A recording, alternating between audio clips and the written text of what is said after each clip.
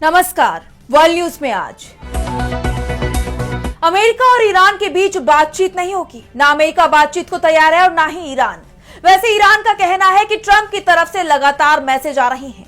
America बातचीत के लिए गिड़गिड़ा रहा है, लेकिन ईरान इसके लिए तैयार नहीं है।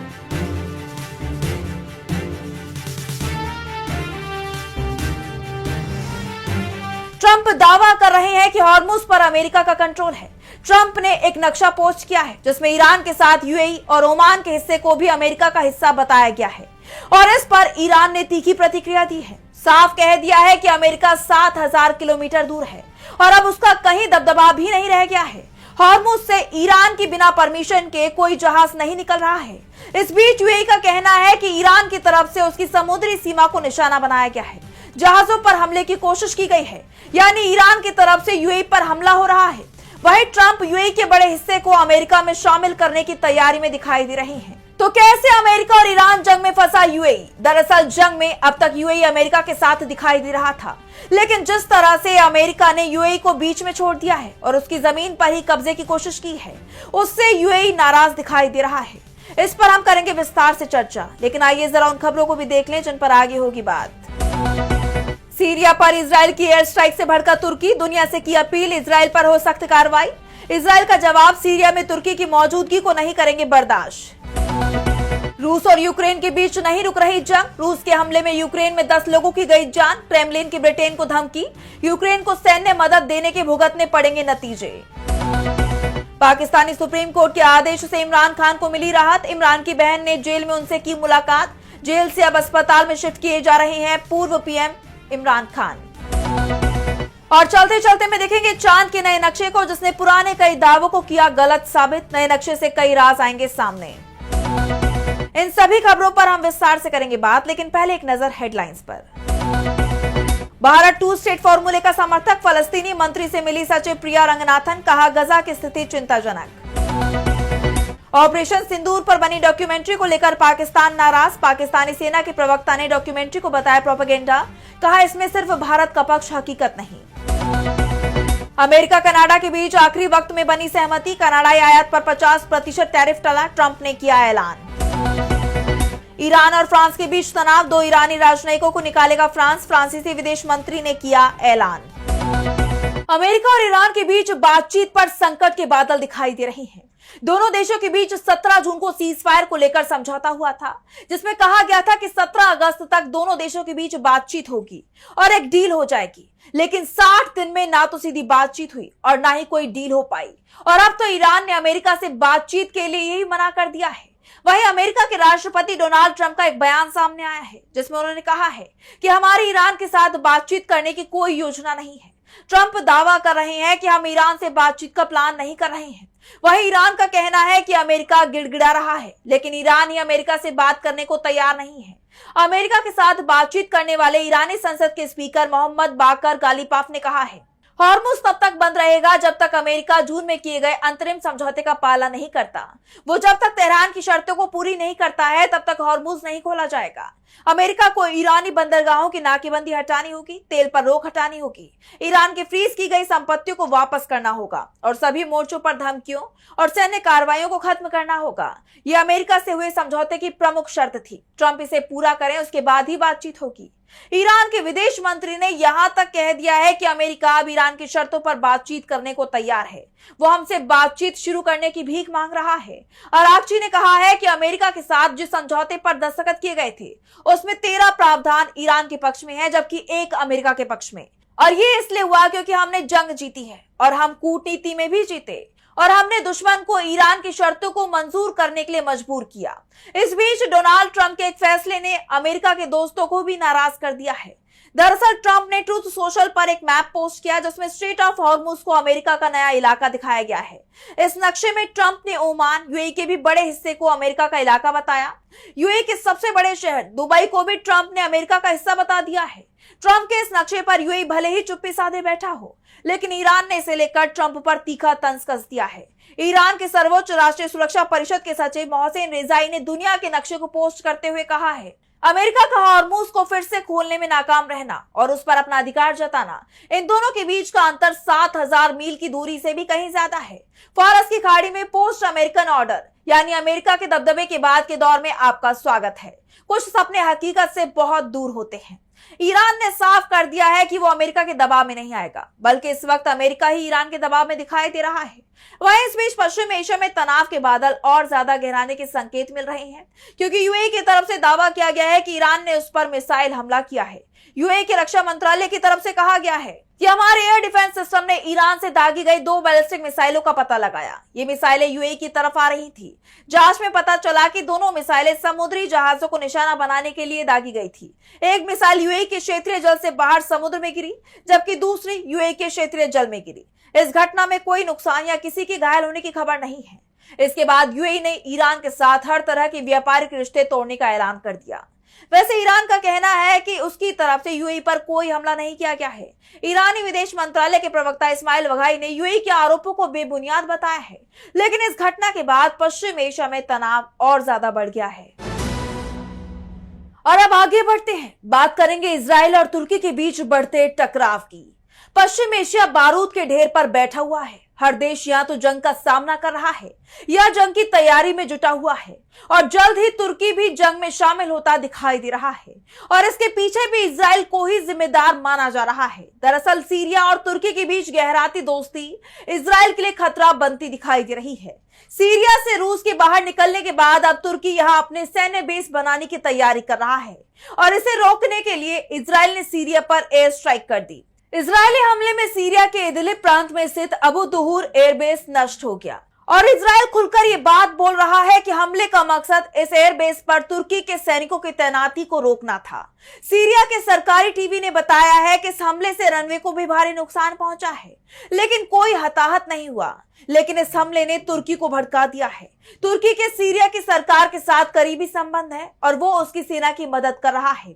वहीं इजराइल अपने पड़ोसी देश में तुर्की की सैन्य मौजूदगी नहीं देखना चाहता। उसका कहना है कि बेस पर तुर्की के सैनिकों की तैनाती से उसकी सुरक्षा को खतरा होगा। इजरायली पीएम बेंजामिन नेतन्याहू के कार्यालय ने इस हमले को लेकर एक बयान भी जारी किया है, जिसमें कहा गया है कि सीरिया ने तुर्की के सैनिकों के लिए अपना सैन्य बेस उपलब्ध कराकर इजराइल के साथ हुए समझौते को तोड़ा है। इजराइल की तरफ से सीरिया को पहले ही चेतावनी दी गई थी, तुर्की के सैनिकों की उपस्थिति उसके लिए खतरा होगा। सीरिया ने इजराइल की चेतावनी को नजरअंदाज किया है, इसलिए उस पर हमला किया गया है। वहीं सीरिया ने इजरायली कार्यवाही पर तीखी प्रतिक्रिया दी है। सीरियाई विदेश मंत्री असद अल शिबानी ने कहा है कि सीरिया इजरायली आक्रामकता की निंदा करता है। यह हमले बिना किसी वजह के उकसावे की कार्रवाई है। ये सीरिया की संप्रभुता का उल्लंघन और क्षेत्रीय व वैश्विक स्थिरता के लिए सीधा खतरा है। वहीं इस मामले में तुर्की भी सीरिया के साथ खुलकर खड़ा दिखाई दे रहा है। उसने भी इजरायली हमले की निंदा की है। तुर्की के विदेश मंत्रालय ने कहा है कि दुनिया को इजरायल की बढ़ती आक्रामकता को रोकने की जरूरत है। तुर्की ने साफ कर दिया है कि वो सीरिया की मदद जारी रखेगा। ऐसे में इस बात का डर दिखाई दे रहा है कि सीरिया के मुद्दे पर कहीं इजरायल और तुर्की के बीच ही जंग ना हो जाए। और अब बात करते हैं रूस और यूक्रेन जंग की। रूस और यूक्रेन के बीच जारी जंग को 4 साल से ज्यादा का वक्त गुजर चुका है, लेकिन जंग खत्म होने के बजाय लगातार और खतरनाक होती जा रही है। दोनों देश एक दूसरे पर हमले कर रहे हैं और हर नए हमले के साथ तबाही का दायरा बढ़ता हुआ दिखाई दे रहा है। हाल ही में हुए यूक्रेन के हमले के बाद अब रूस ने भी जोरदार पलटवार किया है। बीती रात रूस की तरफ से यूक्रेन पर रॉकेट हमला किया गया, जिसमें 10 लोगों की जान चली गई और 17 लोगों के घायल होने की खबर सामने आ रही है। रिपोर्ट्स के मुताबिक रूस की सीमा से करीब 40 किलोमीटर दूर स्थित पेचेनिगी गांव को निशाना बनाया गया। यूक्रेन के राष्ट्रपति वोलोदिमीर जेलेंस्की ने बताया है, हमला एक व्यस्त चौराहे पर हुआ जहां बड़ी संख्या में लोग मौजूद थे। ऐसे में इस हमले ने एक बार फिर रूस और यूक्रेन जंग की भयावह तस्वीर दुनिया के सामने लाकर रख दी है। लेकिन अब इस जंग में एक ऐसा मोड़ आया है जिसने तनाव को रूस और यूक्रेन की सीमाओं से बाहर पहुंचा दिया है। दरअसल रूस ने ब्रिटेन पर यूक्रेन युद्ध में सीधे तौर पर दखल देने का आरोप लगाया है। रूस ने कहा है कि यूक्रेन ने रूस पर हमले में जिस ड्रोन का इस्तेमाल किया था वो ब्रिटिश कंपनियों ने बनाया है। इसके लिए ब्रिटेन को गंभीर नतीजे भुगतने पड़ सकते हैं। दरअसल ये मामला ब्रिटिश अखबार द संडे टाइम्स की एक रिपोर्ट के बाद सामने आया। रिपोर्ट में दावा किया गया कि यूक्रेन ने रूस में हमले के लिए 2 ब्रिटिश कंपनियों द्वारा बनाए गए ड्रोन का इस्तेमाल किया। अगर ये रिपोर्ट सही साबित होती है तो ये पहली बार होगा जब ब्रिटिश तकनीक से बने ड्रोन का इस्तेमाल रूस पर हमले के लिए किया गया हो। रूस में मौजूद ब्रिटिश दूतावास की तरफ से भी इस मामले पर कड़ा बयान सामने आया है। रूस का आरोप है कि लंदन जानबूझकर यूक्रेन संकट को और भड़का रहा है और यूक्रेन के जरिए रूस को ज्यादा से ज्यादा नुकसान पहुंचाने की कोशिश कर रहा है। रूसी पक्ष ने चेतावनी दी है कि इसके गंभीर परिणाम हो सकते हैं और ब्रिटेन को इसकी कीमत चुकानी पड़ सकती है। वहीं ब्रिटेन के प्रधानमंत्री एंडी बर्नहम ने रूस के आरोपों के बीच कहा है, ब्रिटेन वही कर रहा है जो वो लंबे समय से कहता आया है। ब्रिटेन राष्ट्रपति व्लादिमीर पुतिन के नेतृत्व में चल रहे इस युद्ध के खिलाफ यूक्रेन का पूरी तरह समर्थन करता है। गौरतलब है कि युद्ध शुरू होने के बाद से ब्रिटेन यूक्रेन के सबसे बड़े समर्थकों में शामिल रहा है। लंदन ने यूक्रेन के लिए करीब 25 अरब पाउंड की सहायता देने का वादा किया है, जिसमें लगभग 16 अरब पाउंड की सैन्य मदद भी शामिल है। यानी अब सवाल सिर्फ रूस और यूक्रेन के बीच जारी युद्ध का नहीं रह गया है। ब्रिटेन पर लगे इन आरोपों के बाद तनाव एक नए स्तर पर पहुंच सकता है। रूस पहले ही ब्रिटेन को गंभीर परिणाम भुगतने की चेतावनी दे चुका है। ऐसे में आने वाले दिनों में ये देखना बेहद अहम होगा कि ये विवाद किस दिशा में जाता है। और अब बात करते हैं पाकिस्तान की। तो पिछले काफी वक्त से पाकिस्तान के पूर्व प्रधानमंत्री और पाकिस्तान तहरीक इंसाफ यानी पीटीआई के संस्थापक इमरान खान को लेकर पाकिस्तान में माहौल गरमाया हुआ है। इमरान को अपने परिवार से मिलने नहीं दिया जा रहा था, जिसके बाद से देश में चर्चा थी कि इमरान खान की जान चली गई है। इस खबर ने राजनीति में खलबली मचा दी और अब आखिरकार 9 महीने बाद इमरान खान से उनकी बहन नूरीन नियाजी ने मुलाकात की है। ये मुलाकात रावलपिंडी के अदियाला जेल में हुई। इमरान की पत्नी बुशरा बीवी से भी मुलाकात की खबर सामने आ रही है और ये मुलाकात कोर्ट के कड़े रुख और आदेश के बाद ही मुमकिन हो सकी है।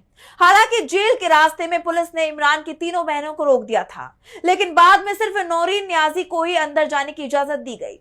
कहा जा रहा है कि नूरीन नियाजी और इमरान खान के बीच करीब 15 मिनट तक बातचीत हुई।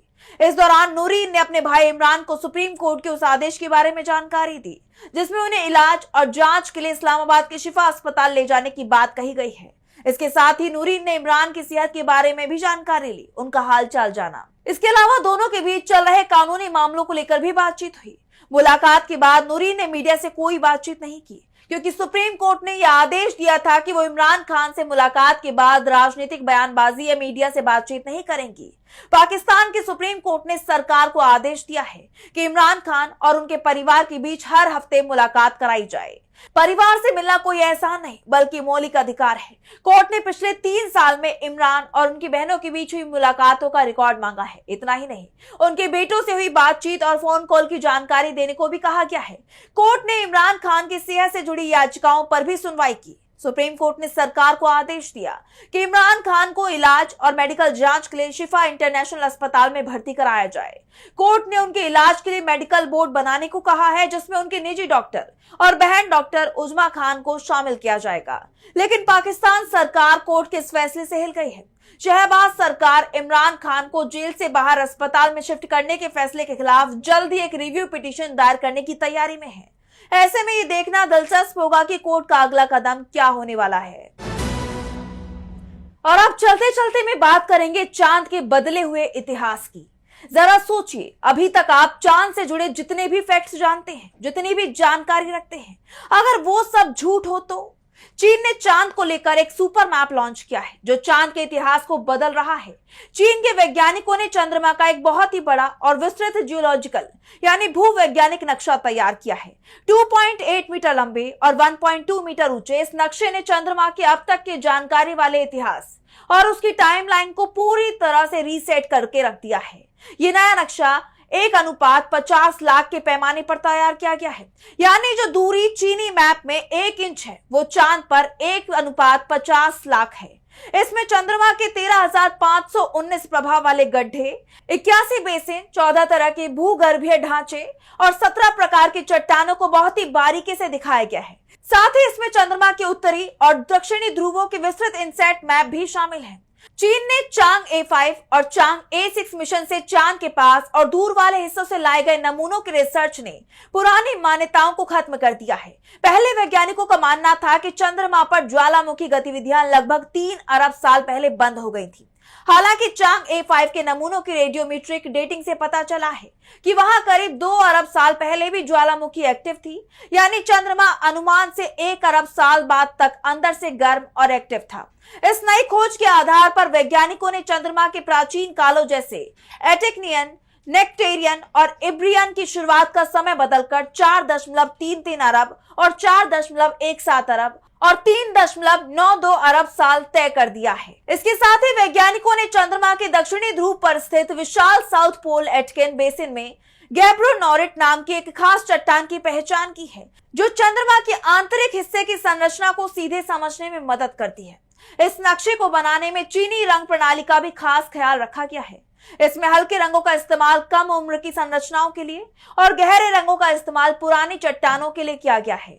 वैज्ञानिकों का मानना है कि ये नया मैप आने वाले समय में मानव जाति के गहरे अंतरिक्ष यानी डीप स्पेस प्रोजेक्ट का मुख्य आधार बनेगा और वैज्ञानिक इस सुपर मैप का डिजिटल वर्जन जल्द ही दुनिया के दूसरे वैज्ञानिकों के साथ भी शेयर करेंगे। तो फिलहाल वर्ल्ड न्यूज में बस इतना ही। देश और दुनिया की तमाम बड़ी खबरों के लिए देखते रहिए DB लाइव। नमस्कार।